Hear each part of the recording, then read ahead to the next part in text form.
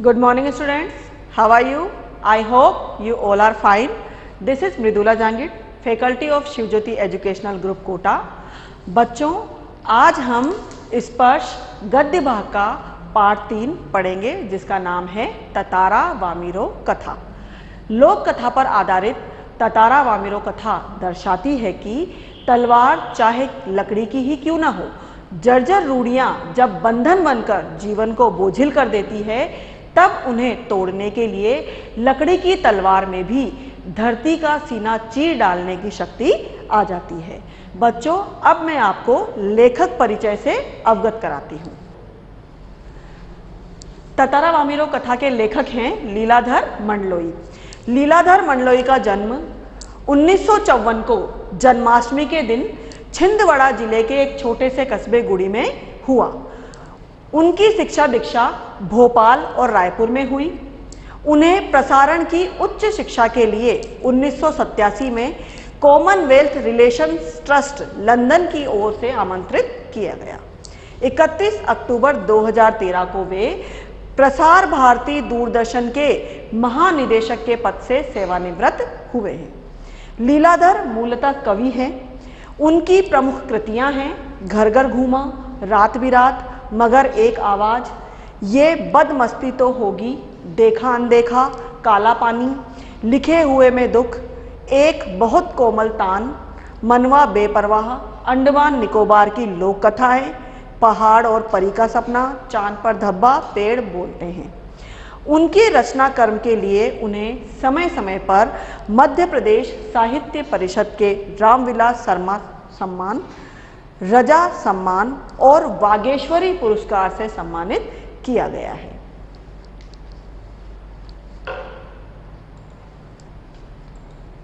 लीलाधर मंडलोई एक सहृदय कवि हैं, अतः उनकी कविताओं में ही नहीं गद्य में भी सरसता और कोमलता दृष्टिगोचर होती है। उनके साहित्य में भी छत्तीसगढ़ अंचल की बोली की मिठास और वहाँ के जनजीवन का सजीव चित्रण मिलता है। उन्होंने सामान्य जनजीवन का चित्रण किया है। अंडमान निकोबार द्वीप में रहने वाली जनजातियों पर लिखा उनका साहित्य अपने आप में एक समाज शास्त्रीय अध्ययन है। लीलाधर मंडलोई जी की भाषा भावपूर्ण है। विषय के अनुकूल भाषा और शब्द प्रयोग में इन्हें महारत हासिल है। बच्चों, महारत का मतलब होता है निपुणता। प्रसंग के अनुकूल उतार चढ़ाव युक्त शब्द चयन उनकी विशेषता है। बच्चों, हम सबसे पहले इस पाठ की भूमिका के बारे में जानते हैं। किसी सभ्यता का ज्ञान उसकी लोक संस्कृति से होता है। लोक संस्कृति में उस धरती की माटी में रची बसी लोक कथाओं की सौंधी खुशबू भी मिली होती है।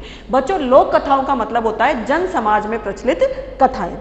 ये कथाएं जिस रूप में प्रसिद्ध होती है, आवश्यक नहीं कि ये उसी रूप में घटित हुई हों जिस रूप में वे प्रचलित हो, क्योंकि बच्चों आपने देखा है जो कथाएं हैं ये सदियों से चली आ रही होती हैं, तो इनमें पीढ़ी दर पीढ़ी कुछ कल्पनात्मक परिवर्तन भी हो सकते हैं। इसलिए ऐसा आवश्यक नहीं कि जिस तरह से हमें कथा सुनाई जा रही है ये बिल्कुल वैसी की वैसी ही पहले के समय में घटित हुई हो, लेकिन इन कथाओं में कोई ना कोई संदेश अवश्य निहित होता है। ऐसी ही एक कहानी का हम अध्ययन करेंगे जिसमें अंडमान निकोबार द्वीप समूह में व्याप्त विद्वेष की भावना को समाप्त करने के लिए एक युगल द्वारा किए गए आत्म बलिदान का वर्णन है। आइए पढ़ते हैं ततारा वामिरो कथा।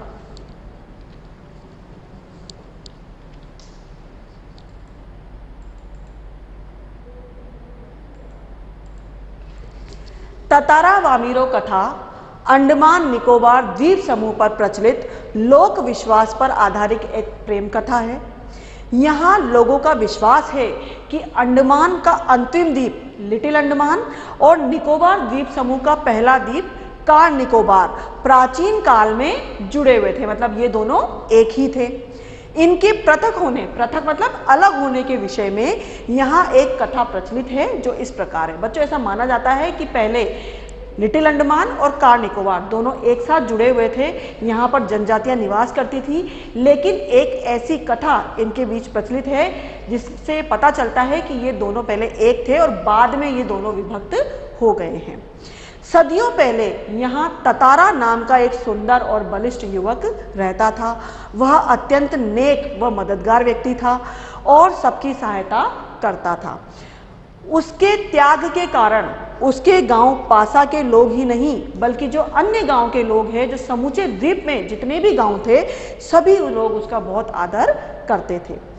उसे अपने उत्सवों में बुलाते थे, जो भी पर्व त्योहार आते थे उसमें उसे बहुत आदर के साथ आमंत्रित करते थे। लोग उसको अपना मानते थे क्योंकि वह सभी की सेवा करना अपना परम कर्तव्य समझता था। वह अपनी पारंपरिक पोशाक के साथ एक लकड़ी की तलवार भी धारण करता था। उसकी पारंपरिक पोशाक में रहता था और साथ में हमेशा उसके पास एक लकड़ी की तलवार होती थी, परंतु किसी ने भी उस तलवार का प्रयोग करते हुए उसे नहीं देखा था। लोगों का ऐसा मानना था कि उस तलवार में एक अद्भुत देवीय शक्ति है और इसी की वजह से वो इतने बहादुरी भरे कार्य कर पाता है। लेकिन लोगों ने उसे कभी इसका प्रयोग करते हुए नहीं देखा था, तो लोगों को ऐसा नहीं पता था, लेकिन लोगों को इसीलिए ऐसा विश्वास था और उन लोगों के बीच में वो तलवार एक विलक्षण रहस्य बनी हुई थी। परंतु लोगों का मानना था कि उसमें कोई अद्भुत शक्ति अवश्य है। एक शाम ततारा समुद्र के किनारे टहल रहा था। वह समुद्र के प्राकृतिक सौंदर्य को, जो वहाँ का नज़ारा था, उसको निहार रहा था क्योंकि पक्षी चहचहा रहे थे। सायकाल का समय था तो पक्षी अपने घरों में लौट रहे थे। सूरज जो था वो समुद्र के क्षितिज तले डूब रहा था और उसकी जो रोशनी थी वो रोशनी समुद्र पर पड़ रही थी, तो समुद्र का जो पानी था उसकी जो पानी की लहरें थी वो रंग बिरंगी नजर आ रही थी। बहुत सुंदर वातावरण था और ततारा वहीं रेत पर बैठकर उस समुद्र को निहार रहा था। अचानक उसे एक मधुर गीत सुनाई देता है। गीत इतना मधुर था कि वह अपनी सुध-बुध खोने लगा। बच्चों, सुध-बुध खोने लगा मुहावरा है, इसका प्रयोग, इसका अर्थ होता है वो अपने होश आवास खोने लगा, बिल्कुल उसमें मग्न हो गया। वह विवश सा उस दिशा में बढ़ने लगा। थोड़ी देर तक तो वो चुपचाप बैठा हुआ सुनता रहा, तभी एक लहर ने आकर उसका ध्यान भंग किया और फिर वह उसी दिशा में बढ़ चला जहाँ से उस गीत की ध्वनि सुनाई दे रही थी। जिधर से गीत की ध्वनि आ रही थी उसने देखा कि एक युवती समुद्र के सौंदर्य को निहारती हुई एक मधुर श्रृंगारिक गीत गा रही है, मतलब कोई बहुत ही अच्छा प्रेम भरा गीत गा रही थी। तभी एक समुद्री लहर ने उसे भिगो दिया। जब वो गा रही थी तभी अचानक एक ऊंची लहर उठती है और वो उस युवती को भिगो देती है, जिसके कारण वह हड़बड़ाहट में अपना गाना भूल जाती है और उसका गीत रुक जाता है। अचानक वातावरण में ततारा का स्वर गूंजा। अचानक से पीछे से उसे एक युवक की आवाज आती है, तुमने इतना मधुर गीत क्यों रोक दिया? युवती ने प्रश्न किया। जब ततारा ने उससे पूछा कि तुमने अपना इतना मधुर गीत क्यों रोक दिया, क्योंकि ततारा अभी भी उसके उस मधुर गीत में इतना सम्मोहित था कि वह अभी भी अपनी सुध-बुध खोए हुए था और केवल उस गीत के ध्वनि ही उसके कानों में गूंज रही थी। तो जैसे ही वो गीत बंद होता है वह उस युवती से कहता है कि तुमने अपना इतना मधुर गीत क्यों रोक दिया। अचानक से अपने पीछे एक युवक को देखकर युवती सकपका जाती है, क्योंकि उसे पता ही नहीं था कि कोई युवक उसे इस तरह से देख रहा है। तो अचानक से सकपका जाती है और उससे प्रश्न करती है कि तुम कौन हो?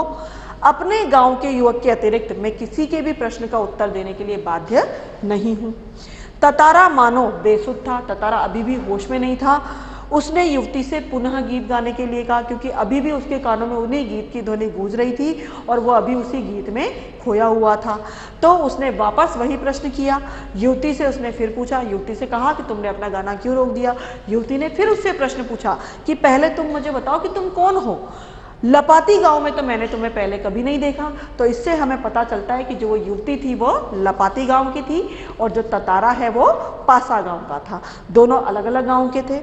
ततारा से जब उसने पूछा कि मैंने तुम्हें लपाती गांव में पहले कभी नहीं देखा, तब ततारा मानो सम्मोहित था। ततारा तब भी इतना सम्मोहित था कि उसने उस युवती का प्रश्न सुना ही नहीं और उसने पुनः गीत पूरा करने की विनती की। वो पुनः बार बार केवल वही प्रश्न दोहरा रहा था कि गीत पूरा करो, तुमने अपना इतना मधुर गीत क्यों रोक दिया? इसी बात से जो युवती थी वो बहुत ज़्यादा क्रोधित हो गई। अब उसे गुस्सा आ गया और उसने झुंझलाकर कहा, ढीठता की हद है।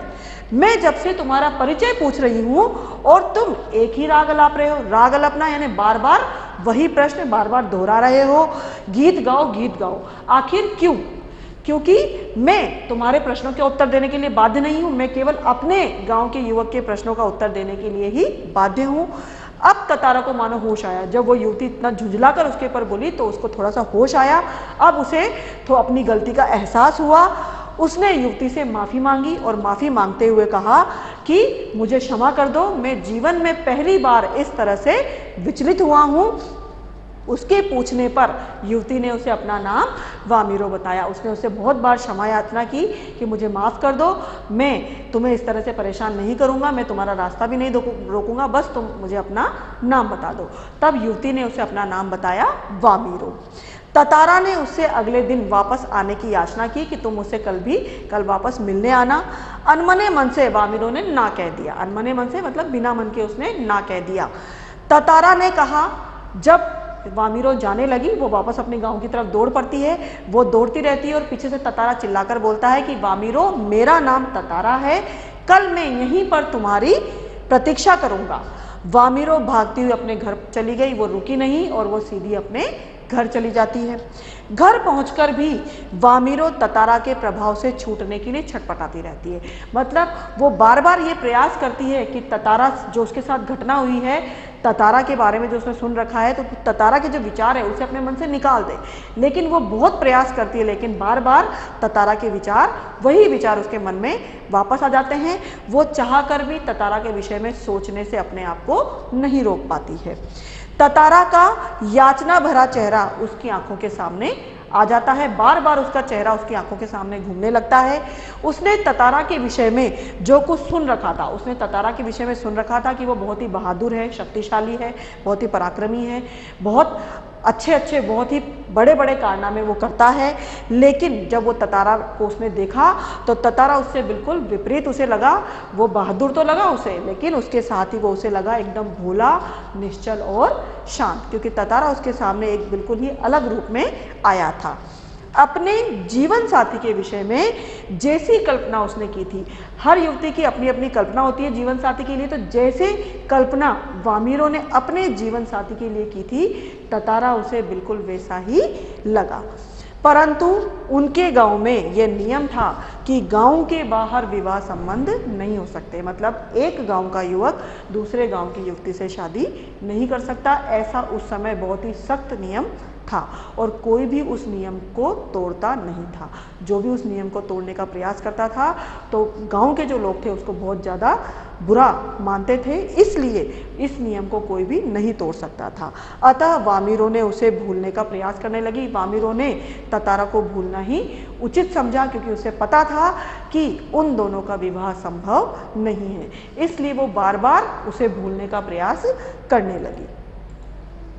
दोनों के मन में हलचल थी, दोनों ने एक दूसरे को भूलने का प्रयास किया, लेकिन वह उन विचारों को अपने मन से नहीं निकाल पा रही थी। दोनों के मन में हलचल थी। अगली सुबह का एक पे एक पल पहाड़ जैसा भारी हो गया था, क्योंकि दोनों ही इंतजार कर रहे थे शाम होने का। ततारा प्रतीक्षारत था मतलब लगातार पूरे दिन से उसकी प्रतीक्षा कर रहा था। बस आस की एक किरण थी जो समुद्र की देह पर डूबती किरणों की तरह कभी भी डूब सकती थी। ये ततारा मन में विचार कर रहा है, क्योंकि ततारा बहुत समय से पहले ही उस समुद्र के किनारे पहुंच गया था। उसके मन में एक उम्मीद थी कि शायद वामीरो आए, लेकिन ये जो उसकी उम्मीद की किरण थी, जिस तरह जो सूरज है वो समुद्र की क्षितिज पर ढल जाता है, उसी तरह हो सकता है कि जो ततारा का जो उम्मीद थी वो भी टूट जाए। तो इसी तरह से वो सोच रहा था कि हो सकता है शायद वामीरो आए या ना आए। उसने वामीरो के गांव लपाती के रास्ते पर निगाह डाली तो उसे नारियल के झुरमुट, नारियल का जो झुंड होता है पेड़ों का, उसके पीछे कोई ऐसी अस्पष्ट आकृति सी नजर आई। लेकिन जैसे जैसे वो आकृति पास आती गई उसे ये पता लग गया कि वह वामीरो ही थी, वो आकृति वामीरो की ही थी। वह घबराहट में छिपते छिपाते हुए आ रही थी, इधर उधर देखते हुए छिपते हुए आ रही थी ताकि कोई उसे देख न ले। दोनों ने एक दूसरे को देखकर ठिठक कर खड़े हो गए। दोनों एक दूसरे के सामने आते हैं और ठिठक कर खड़े हो जाते हैं, मौन और शब्दहीन और निश्चल। वो दोनों बिल्कुल स्थिर एक दूसरे के सामने खड़े रहते हैं, मौन रहते हैं, दोनों एक दूसरे से कुछ नहीं बोलते और चुपचाप बिना कुछ बोले वो वहाँ खड़े रहते हैं। दोनों रोज उसी जगह पहुँचते और मूर्तिवत एक दूसरे को निर्निमेष ताकते रहते हैं। दोनों रोज वहाँ पहुँचते, रोज मिलते, लेकिन दोनों एक दूसरे से एक शब्द भी नहीं कहते। और इसी तरह निर्निमेष, निर्निमेष का मतलब होता है बच्चों बिना पलक झपकाए। इसी तरह से वो दोनों एक दूसरे को देखते रहते। उनके भीतर समर्पण गहराने लगा। दोनों के मन में कुछ चल रहा था, लेकिन दोनों ही मौन होकर एक दूसरे के सामने खड़े रहते थे। लपाती के कुछ युवकों ने, अब दोनों जब एक ही जगह मिलते थे तो लपाती के जो कुछ युवक थे उन दोनों ने उनके उस मूक प्रेम को भांप लिया था, मतलब पहचान लिया था। बात पूरे गांव में फैल गई। ततारा और वामीरो अलग अलग गांव के थे। परंपरा के अनुसार दोनों का विवाह नहीं हो सकता था। लोगों ने उन्हें बहुत समझाया, परंतु वे उसी प्रकार समुद्र तट पर मिलते रहे। लोगों ने बहुत उन्हें समझाया कि तुम दोनों का विवाह संभव नहीं है, ये हमारी परंपरा के विरुद्ध है, लेकिन दोनों अपनी अपनी बात पर अड़िग रहे और उसी तरह से दोनों मिलते रहे। कुछ समय बाद पासा गांव में पशु पर्व का आयोजन हुआ। पहले के समय में बच्चों और मनोरंजन के साधन तो होते नहीं थे, इसी तरह के मेले साल में एक बार लगाए जाते थे और इन मेलों में सभी आसपास के जितने भी गांव होते थे सभी गांव के लोग भाग लेते थे। तो इसी तरह से एक पशु पर्व यानी पशु मेले का आयोजन पासा गांव में हर साल होता था। इस पशु पर्व में युवकों का पशुओं से शक्ति प्रदर्शन करवाया जाता था, मतलब शक्ति प्रदर्शन की प्रतियोगिता करवाई जाती थी, जिसमें युवकों और हष्ट पुष्ट पशुओं की आपस में शक्ति का प्रदर्शन किया जाता था। बाद में नृत्य संगीत भी होता था और भोजन आदि का भी प्रबंध किया जाता था। शाम से ही अन्य गांव के लोग वहां जुटने लगे मतलब इकट्ठे होने लगे। आसपास के सभी गांव के जो लोग थे वो पासा गांव में इकट्ठे होने लगे। ततारा की नज़र वामीरो को ढूंढ रही थी, क्योंकि ततारा का मन उस पर्व में उन सब में नहीं लग रहा था, कार्यक्रम में। वो निरंतर उसकी आंखें वामीरो को ढूंढ रही थी।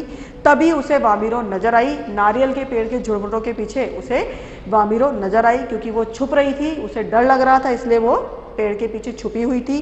ततारा को देखते ही वामीरो रोने लगी, लेकिन जैसे ही उसे नजर आई ततारा उसके पास जाता है और जब वो ततारा को देखती है तो वो बहुत जोर से रोने लग जाती है। उसके रोने की आवाज़ लगातार बढ़ती जा रही थी। वो इतना तेजी से रो रही थी कि उसकी आवाज़ लगातार बढ़ती जा रही थी। ततारा किंग कर्तव्य विमूढ़ सा खड़ा था। किंग कर्तव्य विमूढ़ का मतलब होता है बच्चों क्या करे और क्या न करे, ऐसी स्थिति में वो फंसा हुआ था, क्योंकि न तो वो इस विवाह की जो निषेध परंपरा थी, जो रोक लगी हुई थी, न तो इसको वो सही कर सकता था और न ही वो वामीरो को समझा सकता था। इसलिए वो बहुत ही अजीब स्थिति में था। उसे समझ में नहीं आ रहा था कि उसे क्या करना चाहिए। वामीरो की आवाज़ सुनकर उसकी माँ वहाँ आ गई। जब उसने वामीरो की आवाज़ सुनी उसकी माँ ने, तो वो वहाँ आ गई और उन्होंने जब ततारा और वामीरो को इस तरह सभी गांव वालों के सामने देखा तो उन्हें बहुत गुस्सा आया। उन्हें लगा कि ये उनका अपमान है। उसने ततारा को बहुत भला बुरा कहा, क्योंकि उसे ऐसा लगा कि सभी गाँव के सामने, सभी गाँव वालों के सामने इस प्रकार की स्थिति उन्हें बहुत ही अपमानजनक महसूस होती है और वह ततारा को बहुत भला बुरा सुनाने लगती है। इसी बीच गांव के अन्य लोग भी वहां पहुंच जाते हैं और वामीरो की मां लगातार ततारा का अपमान करती रहती है और सभी जो गांव के लोग थे, जो गांव के लोग थे, वो भी ततारा के विरुद्ध आवाज उठाने लग जाते हैं और यह स्थिति ततारा के लिए असहनीय हो जाती है। वह इस चीज को सहन नहीं कर पाता। शोभ से भरकर, शोभ मतलब उसे दुख आ जाता, दुख भी बहुत होता है उसे, साथ में उसे क्रोध भी आता है। उस क्रोध को वो सहन नहीं कर पाता और शोभ से भरकर उसने अपनी तलवार को शक्ति भरकर, तलवार में शक्ति भरकर उसे धरती में घोंप देता है। जब उसे कुछ समझ में नहीं आता तो उसका हाथ अपनी लकड़ी की तलवार पर चला जाता है और वो तलवार को निकाल लेता है। जैसे ही वो तलवार निकालता है, वहाँ सब जगह जो लोग उसका विरोध कर रहे थे, इतनी बातें बना रहे थे, वो सब एकदम से शांत हो जाते हैं और वहाँ पूरी तरह से सन्नाटा छा जाता है। और ततारा को कुछ समझ में नहीं आता तो वो उस तलवार में शक्ति भरकर उसे ताकत से धरती में घोंप देता है और पूरी ताकत लगाकर उसको खींचने लगता है। वह तलवार खींचते खींचते दूर तक चला जाता है। वो उसको गुस्सा इतना तेज था कि उसे कुछ समझ में नहीं आ रहा था, बस वो धरती में गड़ी हुई तलवार को ताकत से खींचते हुए दूर तक चलता जाता है। सभी लोग भय से व्याकुल हो जाते हैं, सभी डर जाते हैं, क्योंकि उन्होंने इससे पहले ततारा को कभी भी उस लकड़ी का तलवार का प्रयोग करते नहीं देखा था। पहली बार ततारा ने उस लकड़ी की तलवार का प्रयोग किया था लोगों के सामने। जहां लकीर खिंच गई वहां एक दरार होने लगती है, और अचानक क्या होता है, जहां जहां वो लकीर खिंचती जाती है तलवार से, वहां वहां धरती दो टुकड़ों में विभक्त होने लग जाती है, वहां पर धरती फटने लग जाती है। एक गड़गड़ाहट के साथ धरती दो टुकड़ों में बढ़ जाती है। ततारा एक ओर होता है और वामीरो दूसरी ओर, और ततारा उस तलवार से लकीर खींचते हुए धरती के अंतिम सिरे पर पहुंच जाता है, और जैसे ही वह पहुंचता है धरती दो टुकड़ों में बढ़ जाती है, गड़गड़ाहट के साथ धरती फटने लग जाती है। अब जब ततारा खींचता, जब धरती को जब अलग करता है, जब धरती फटने लगती है, तो ततारा एक तरफ होता है और वामीरो दूसरी तरफ। वामीरो और अन्य जो गांव के लोग होते हैं वो दूसरी तरफ होते हैं। वामीरो की करण चीख सुनकर ततारा को मानो होश आता है, परंतु तब तक बहुत देर हो चुकी होती है, क्योंकि धरती पूरी तरह से फट जाती है, वो चाहकर भी दूसरी तरफ नहीं आ पाता। ततारा को होश आता है तो वो प्रयास भी करता है, दूसरी तरफ आने का प्रयास करता है, लेकिन उसका हाथ फिसल जाता है और वह फिसलते फिसलते जो दूसरा सिरा है धरती का वहाँ पर पहुँच जाता है, और उस दूसरे द्वीप पर जाकर लहूलुहान होकर पूरी तरह से लहूलुहान हो जाता है, खून में लथपथ हो जाता है और दूसरे सिरे पर जाकर गिर जाता है और धीरे धीरे वो बेहोश हो जाता है। ततारा की तरफ का जो द्वीप होता है वो समुद्र में धीरे धीरे डूबने लगता है और ततारा समुद्र में समा जाता है। उधर जो वामीरो है उसकी स्थिति भी बहुत खराब हो जाती है। वामीरो पागल के समान हो जाती है, पागल हो जाती है, वो खाना पीना छोड़ देती है। हर समय ततारा को खोजती हुई वो उसी स्थान पर पहुंच जाती है जहां पर दोनों अलग हुए थे और घंटों वहां पर बैठी रहती है। उसने खाना पीना छोड़ दिया और एक दिन वो अचानक से कहीं गायब हो जाती है। लोग जो हैं उसको ढूंढने का बहुत प्रयास करते हैं, लेकिन उसका कोई सुराग नहीं मिल पाता है, मतलब लोगों को वो नहीं मिल पाती है, लोगों को ये नहीं पता चलता है कि वो कहाँ गई।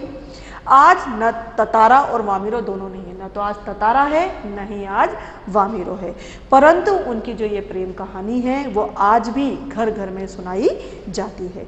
निकोबारियों का ये विश्वास है कि कार निकोबार के जो टुकड़े हुए, पहले लिटिल अंडमान और कार निकोबार दोनों को एक ही माना जाता था, और लोगों का ये विश्वास है कि कार निकोबार के जो टुकड़े हुए हैं, जो टुकड़ा जिसमें ततारा बह गया था, वही आज दूसरा टुकड़ा लिटिल अंडमान है, मतलब वो द्वीप जो अलग हुआ है वो आज लिटिल अंडमान है।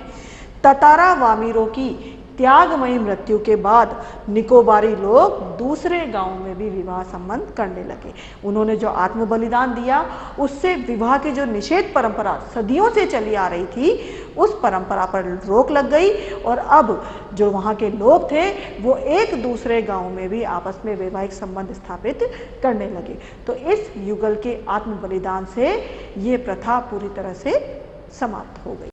तो बच्चों ये है ततारा वामीरो कथा का सार। बच्चों यहाँ से प्रश्न बन रहा है कि निकोबार द्वीप समूह के लोगों का इस द्वीप के विभक्त होने के बारे में क्या विश्वास है। तो यहाँ पर इसका उत्तर हम इसी में देख सकते हैं।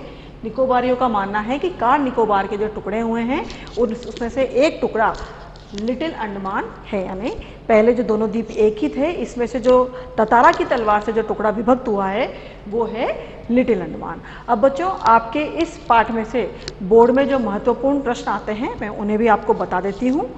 एक प्रश्न है, प्राचीन काल में मनोरंजन और शक्ति प्रदर्शन के लिए किस प्रकार के आयोजन किए जाते थे। ये भी बोर्ड में कई बार पूछा गया है। इसके अलावा दूसरा प्रश्न है, रूढ़ियाँ जब बंधन बन बोझ बनने लगे तो उनका टूट जाना ही अच्छा है, क्यों, स्पष्ट कीजिए। बच्चों ये प्रश्न कई बार बोर्ड के एग्जाम में पूछा गया है। इसके अलावा अगला प्रश्न है, जब कोई राह न सूझी तो क्रोध का शमन करने के लिए उसमें शक्ति भर उसे धरती में घोंप दिया और उसे ताकत से खींचने लगा। बच्चों ये आशय स्पष्ट करो के प्रश्न हैं और ये प्रश्न के रूप में पूछा जाता है, और ये मैंने अभी आपको एक्सप्लेन कर दिया है। इसके अलावा मैंने अभी एक स्लाइड में आपको एक्सप्लेन किया था, बस आस की एक किरण थी जो समुद्र की देह पर डूबती हुई किरणों की तरह कभी भी डूब सकती थी। मैंने ये भी एक्सप्लेन किया था। बच्चों ये आशय की पंक्तियां हैं और इनमें से प्रश्न बनते हैं और ये प्रश्न कई बार एग्जाम में पूछे जाते हैं, तो आप इनको अच्छे से तैयार करें। आई होप बच्चों आपको ये पाठ समझ में आया होगा। अब आप इसे अपनी पुस्तक से पूरा पढ़िए और इसका कॉपी वर्क भी करिए। धन्यवाद।